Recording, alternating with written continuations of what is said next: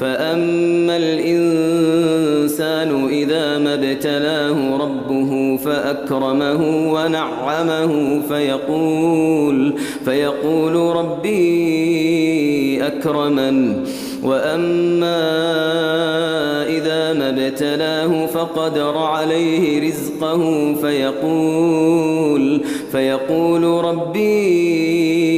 أهانن كلا بل لا تكرمون اليتيم ولا تحاضون على طعام المسكين